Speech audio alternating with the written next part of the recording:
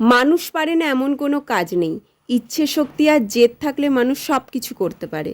আমিও অনেক দিন ধরেই ভাবছিলাম কোনো ফেব্রিকের কাজ করব।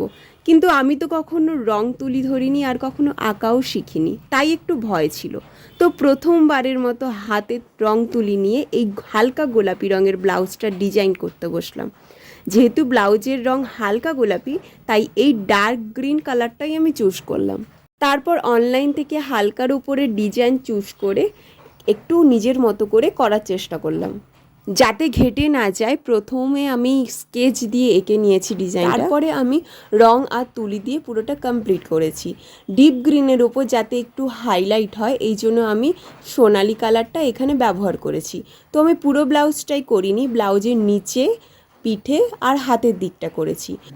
জানি না এই ফেব্রিকের কাজটা কেমন করতে পেরেছি, তো তোমাদের কেমন লাগলো আমাকে কিন্তু কমেন্টে অবশ্যই জানাবে, তাতে আমি আরও এরকম কাজ করার উৎসাহ পাবো। তো তোমাদের সাথে দেখা হবে আবার একটা নতুন ভিডিওতে। সবাই খুব ভালো থেকো, আজকের মতো টাটা।